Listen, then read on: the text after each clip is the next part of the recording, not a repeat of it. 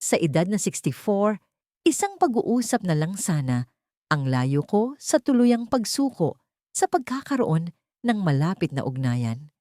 Sinabi sa akin ng isang doktor, parte lang yan ng pagtanda. Pero mali siya. Lubos siyang nagkakamali.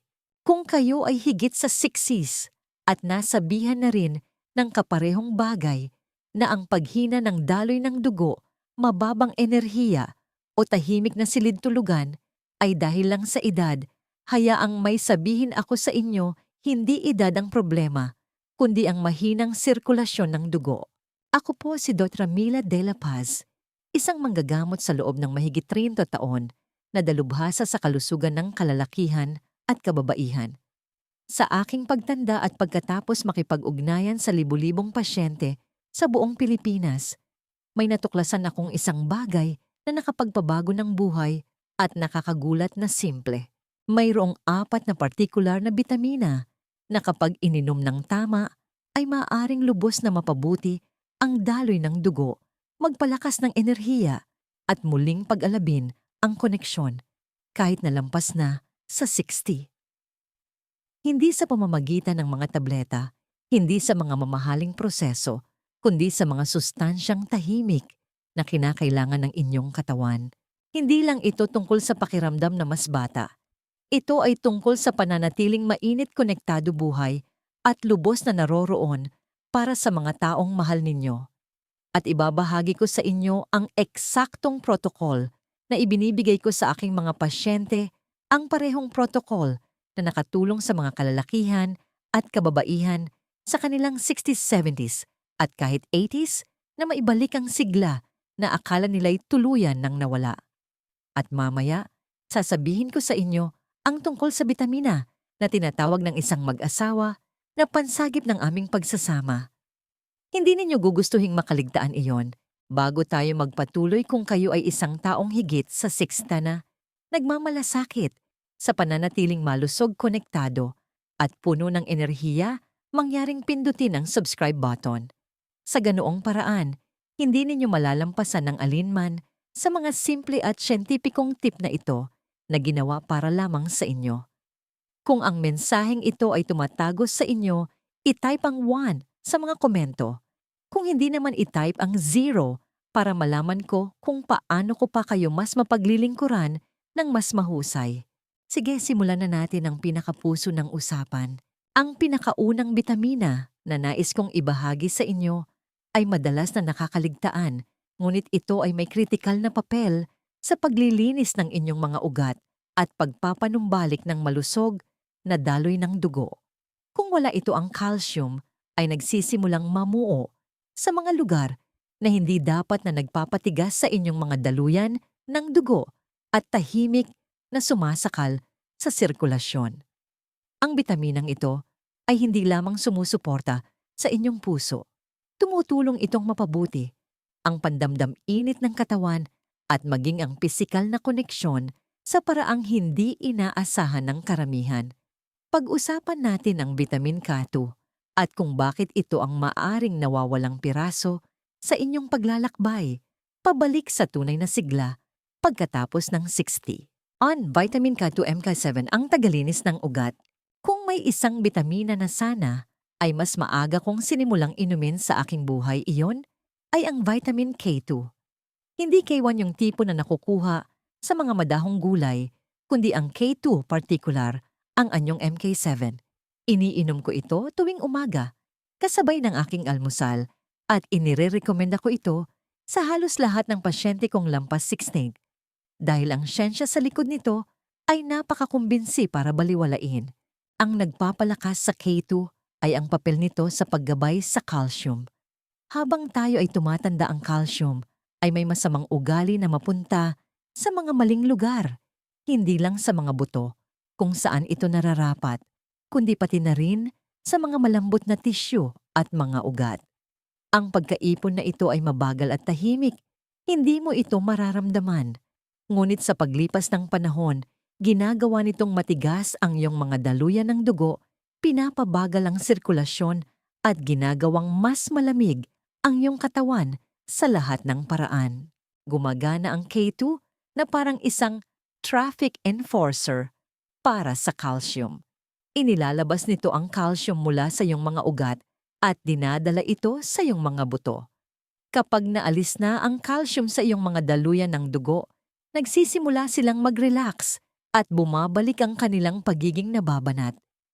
At dito na nagsisimulang mapansin ng mga tao ang mga pagbabago, mas maiinit na kamay at paa, mas magandang enerhiya pagkatapos kumain, at oo, pinabuting pagtugon at intimasiya.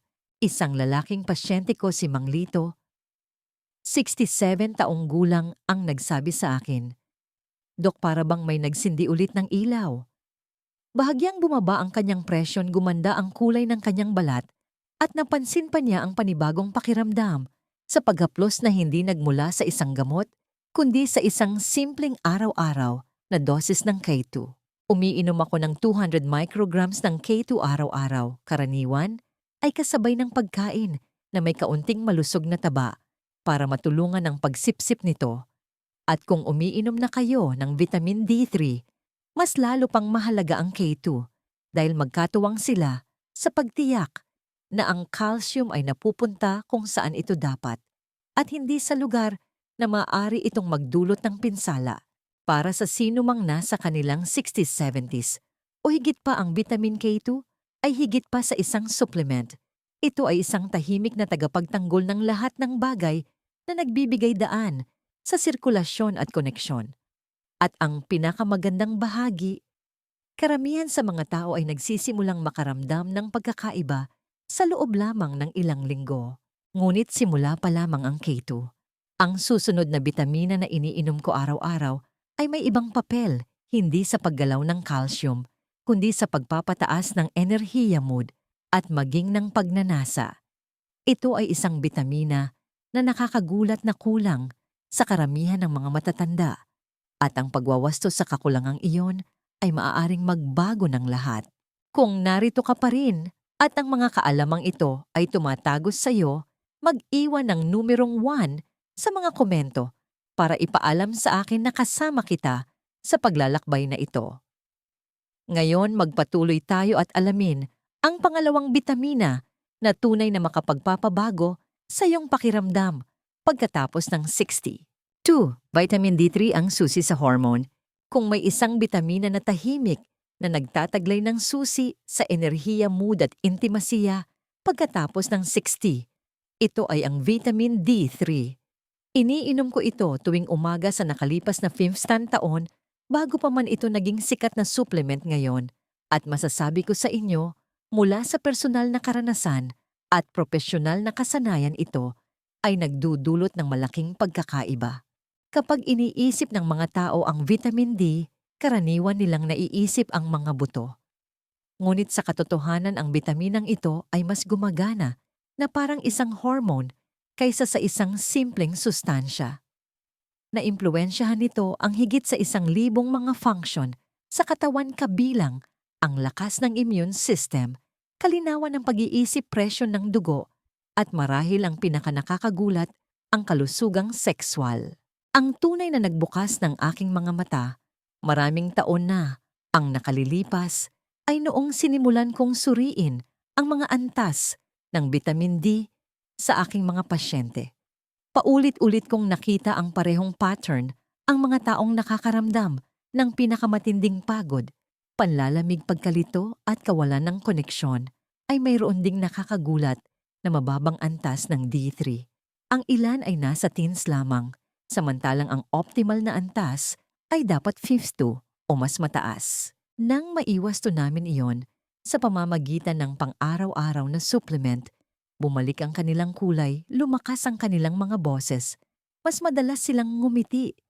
At sa ilang mga kaso, ang mga relasyon na lumamig ay nagsimulang muling maging mainit.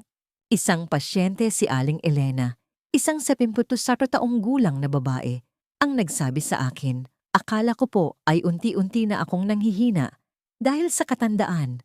Pero ngayon, nagigising ako. Bago pa man tumunog ang aking alarm clock, mas madalas na akong tumawa at mas naging malambing." Ang kanyang mga salita ay tumatak sa akin. Umiinom ako ng humigit kumulang 4,000 AU ng D3 araw-araw karaniwan ay kasabay ng almusal. Palagi ko itong isinasabay sa malusog na taba, minsan ay itlog o abokado upang matulungan ang pagsipsip nito. At palagi kong tinitiyak na ito ay D3, hindi D2. Ang maliit na detalyeng iyon ay mahalaga, lalo na para sa mga matatanda na iba ang paraan ng pagproseso ng sustansya ng kanilang katawan. Ang vitamin D3 ay may mahalagang papel din sa produksyon ng testosterone at estrogen. Kapag balanse ang mga hormone na yon lahat, mula sa sirkulasyon hanggang sa pagnanasa ay bumubuti. Iyon ang dahilan kung bakit hindi ko ito kailanman nilalaktawan, umulan man o umaraw, tag-araw o taglamig. Ito ay bahagi ng aking pang-araw-araw na gawain at hinihikayat ko ang bawat isa sa aking mga pasyente na lampas 60 na ipasuri ang kanilang mga antas at mag-supplement kung kinakailangan. Ngayon, gaano man kahalaga ang vitamin D3 para sa pagbuo ng enerhiya at emosyonal na kalapitan, ang susunod na bitamina na iniinom ko araw-araw ay mas malayo pa ang nararating. Hindi lamang nito sinusuportahan ang daloy ng dugo, binubuksan nito ang mga pintuan. At maniwala ka man o hindi, gumagana ito sa parehong mekanismo tulad ng ilan sa mga pinakasikat na asul na tableta sa mundo. Tingnan natin ito ng mas malapitan. 3. Vitamin B3 niacin ang pamparelax ng mga ugat. Ang isang ito ay maaaring makagulat sa inyo. Tiyak na nagulat ako noong una kong sinimulang irekomenda ito sa aking mga pasyente at lalo na noong sinimulan kong inumin ito mismo. Ang vitamin B3, na kilala rin bilang niacin, ay naging bahagi na ng aking pang-araw-araw na gawain. At hanggang na ngayon, isa ito sa mga pinakamabilis at pinakamakapangyarihang sustansya na ginagamit ko para suportahan ang malusog na sirkulasyon. Ang nagpap-espesyal sa niacin ay ang kakayahan nitong tulungan ang mga daluyan ng dugo na mag-relax at lumawak. Pinapalakas nito ang isang bagay na tinatawag na nitric oxide, ang parehong compound na pinagbabatayan ng mga gamot para sa erectile dysfunction. Ngunit heto ang pagkakaiba, ang niacin ay natural na gumagana sa iyong katawan na naghihikayat ng mas mahusay na daloy ng dugo nang walang mga side effect o panganib na kaakibat ng mga reseta. Naaalala ko pa ang unang beses na uminom ako ng tamang dosis ng niacin. Sa loob ng ilang minuto, naramdaman ko ang isang mainit na pamumula na kumalat sa aking balat. Isang hindi nakakapinsalang ngunit kapansin-pansing senyales na ang aking mga daluyan ng dugo ay bumubukas para itong pagpapataas ng liwanag sa dimmer switch ng aking buong katawan. Mas naging alerto ako, mas naroroon. Ang karanasang iyon ang nagkumbinsi sa akin na simulan itong irekomenda sa mga pasyente na nahihirapan sa malamig na mga kamay at paamahinang resistensya o isang pangkalahatang pakiramdam ng pamamanhid sa kanilang buhay. Isang lalaking ginamot ko, isang 70 taong gulang na retiradong inhinyero na si Mang Carlos, ang nagsabi sa akin na pagkatapos ng 3 linggo sa niacin, sa wakas ay naramdaman niyang muli ang init sa kanyang mga binti. Nagsimula siyang maglakad ng mas madalas, mas mahimbing ang tulog at sa kanyang mga salita, sa wakas ay naramdaman kong konektado muli ako sa aking katawan. Personal akong umiinom ng 500 mg ng flush. Niacin, hindi ang no flush na bersyon kasabay ng pagkain. Ang paunang pakiramdam ng init ay maaaring tila matindi sa una, ngunit kapag naunawaan mo na kung ano ang nangyayari, malalaman mong ito ay isang senyales na bumubuti ang sirkulasyon. Para kang nagbubukas ng mga likod-bahay na kalsada na matagal nang sarado. Ngayon, ang niacin ay hindi lamang tungkol sa pisikal na pagganap. Marami sa aking mga pasyente ang nag-uulat ng pinabuting mood kalinawan ng pag-iisip at maging emosyonal na pagiging bukas. Kapag malayang dumadaloy ang dugo, nagliliwanag ang utak at nakakaapekto yon sa kung paano tayo kumonekta, hindi lamang sa silid-tulugan, kundi sa pang-araw-araw na buhay. Ngunit gaano man kalaki ang naitutulong ng niacin sa pagbubukas ng mga daluyan ng dugo, may isa pa akong bitamina na iniinom araw-araw na gumagana sa mga pader mismo ng ugat. Pinapalakas ang mga ito, pinapakinis at pinoprotektahan mula sa pinsalang dulot ng edad. Isa ito sa mga pinaka-underrated na tool na meron tayo para sa intimasya at sigla pagkatapos ng 60 at halos walang nagsasalita tungkol dito. Hayaan ninyong ipakita ko kung ano ito. Kung nanonood ka pa rin at nakikita mong mahalaga ang mga kaalamang ito, magkomento ng numerong 1 sa ibaba. Gusto kong malaman na kasama pa rin kita.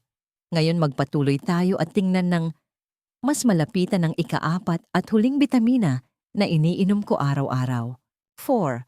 Vitamin E, mixed tocopherols, ang bitaminang panlaban sa paninigas. Ang huling ito ay maaaring hindi gaanong kapanapanabik sa una, ngunit para sa akin ito ay naging isang tahimik na mahalaga. Umiinom ako ng vitamin E, araw-araw ng walang palya.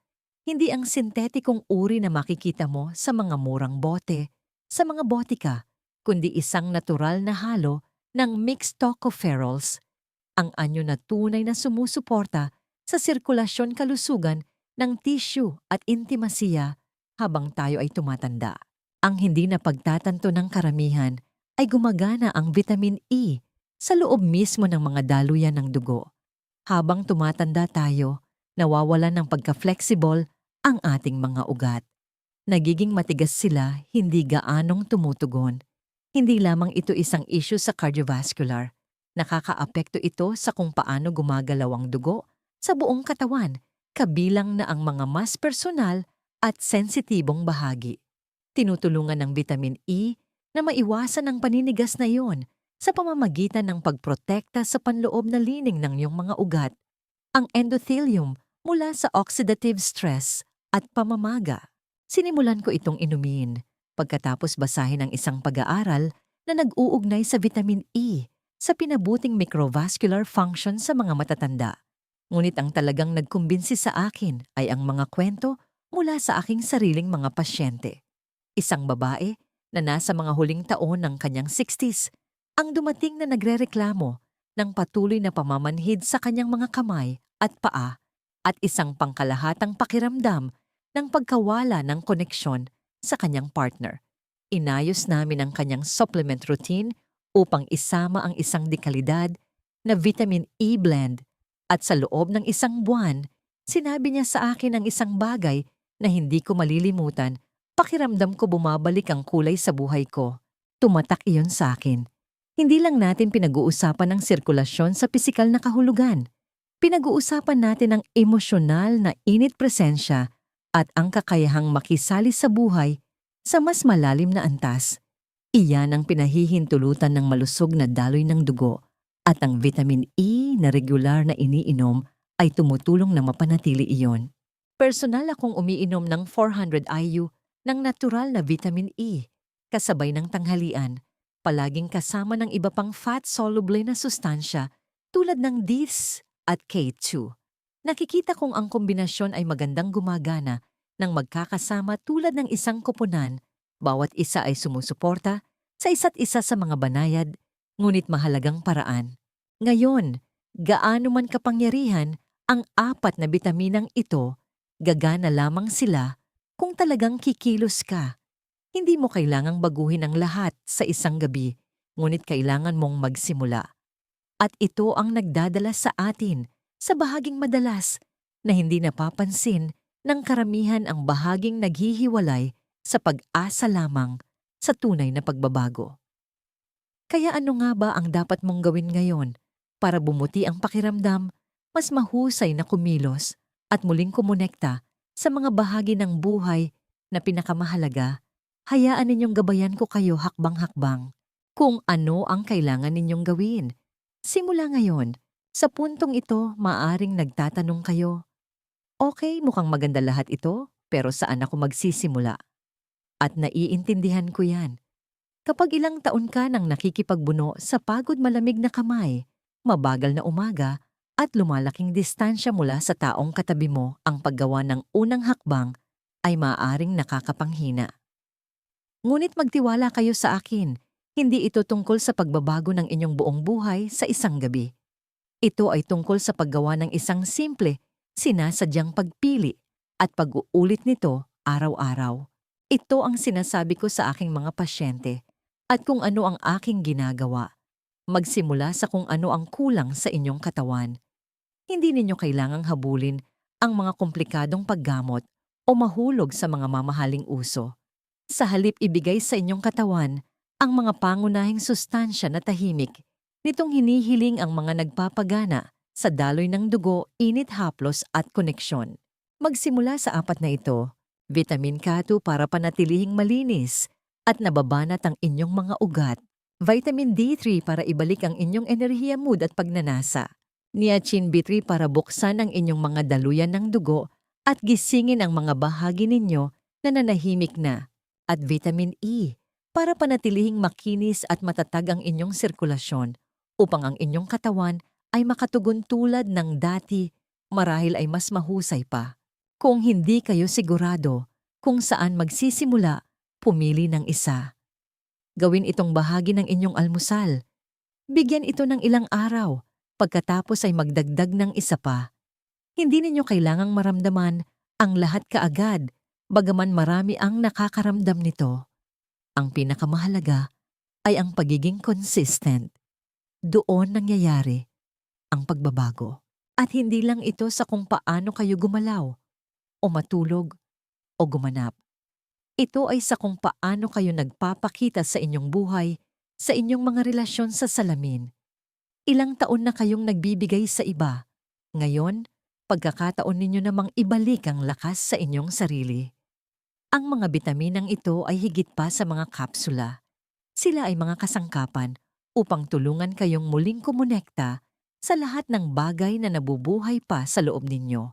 At habang papalapit tayo sa huling bahagi ng paglalakbay na ito, nais kong iwan sa inyo ang isang bagay na mas makapangyarihan pa kaysa sa isang supplement, isang mensahe na ibinahagi ko sa bawat pasyente na pumasok sa aking pinto. Ito ay isang bagay na pinaniniwalaan kong maaaring magbago sa paraan ng inyong pag-iisip tungkol sa pagtanda magpakailanman. Pag-usapan natin yun ngayon. Isang bagong kabanata, hindi ang katapusan. Kung may isang bagay akong natutunan pagkatapos ng mahigit 30 taon bilang isang manggagamot, ito iyon. Ang pagtanda ay hindi ang katapusan ng sigla. Ito ay isang pagbabago lamang sa kung paano natin ito nakakamit. Nakita ko ang mga taong nasa kanilang 60s at 70s na muling natuklasan ang kagalakan, intimasya, enerhiya at layunin hindi sa pamamagitan ng mga himala o makina, kundi sa pamamagitan ng maliliit at tuloy-tuloy na pagbabago. At madalas, nagsisimula ito sa pagpapanumbalik ng kung ano ang dahan-dahang kinuha ng panahon at stress, sirkulasyon, kalinawan, koneksyon. Napag-usapan natin ang apat na mahahalagang bitamina. Hindi mga kakaibang supplement, hindi mga uso kundi mga sustansya na dati ay sagana sa iyong katawan, ngunit ngayon ay nangangailangan ng tulong para mapunan, vitamin K upang gabayan ang calcium palabas ng iyong mga ugat at pabalik sa iyong mga buto kung saan ito nararapat.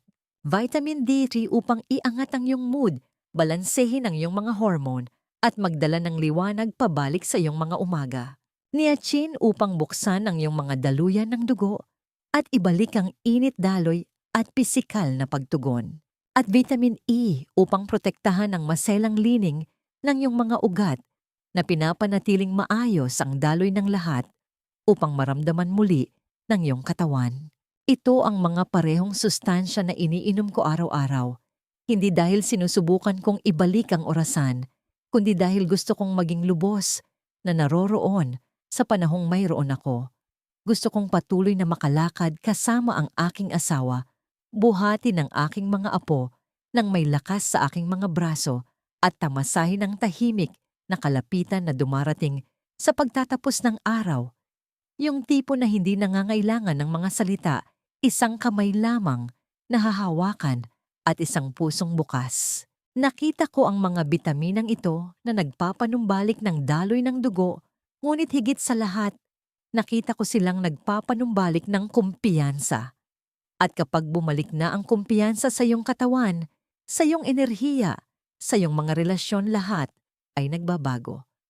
Ang paraan ng iyong pagdadala sa sarili, ang paraan ng iyong pagtawa, ang paraan ng iyong pag-abot sa iyong partner nang walang pag-aalinlangan. Ang ganoong uri ng pagbabago ay hindi kailangang maging maingay. Kailangan lang itong maging totoo. Marahil ay walang nagsabi sa inyo kung gaano kalaki ang epekto ng mga simpleng kakulangang ito sa inyong pakiramdam. Marahil ay walang nagsabi na ang mahinang sirkulasyon ay hindi lamang tungkol sa malamig na paa, kundi tungkol din sa lamig na pumapasok sa mga puwang sa pagitan ninyo at ng mga taong mahal ninyo.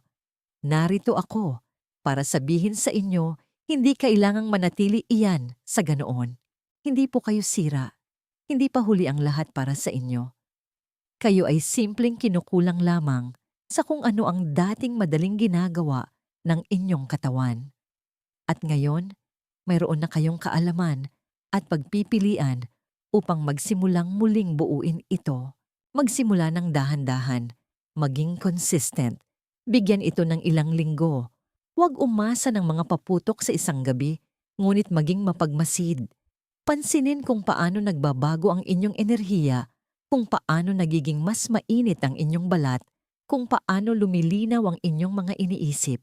At kung kayo ay nasa isang relasyon, pansinin ang mga tahimik na paraan kung paano bumabalik ang koneksyon, isang mas mahabang yakap, isang sulyap na nagtatagal, isang pag-uusap na hindi napuputol, kundi lumalalim. Ang pagtanda ay hindi tungkol sa pagsuko sa kung ano ang nagbibigay kahulugan sa buhay.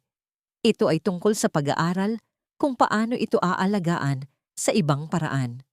Ang 4 na bitaminang ito ay bahagi ng prosesong yon. Hindi nila kayo pinapalitan. Sinusuportahan nila kayo. Tinutulungan nila ang pinakamagagandang bahagi ninyo na muling lumabas sa ibabaw. Kaya narito ang aking huling pag-iisip, huwag nang maghintay. Matagal na kayong naghihintay. Handa nang tumugon ang inyong katawan. Handa nang bumukas ang inyong puso. At ang susunod na kabanatang ito, maaaring ito na ang pinakakonektado, pinakabuhay, at pinakakasiyasyang panahon ng inyong buhay.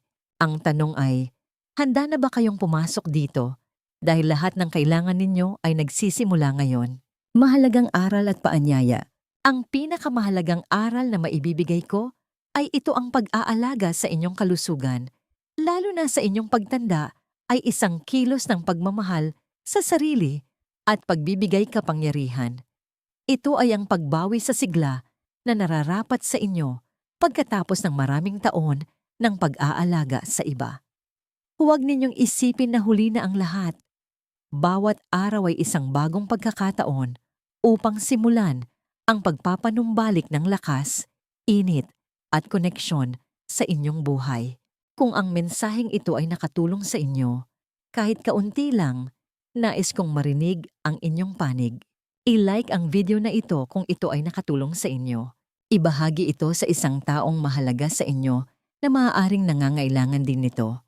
At mag-iwan ng komento sa ibaba upang sabihin sa akin kung alin sa mga bitaminang ito ang iniisip ninyong simulan.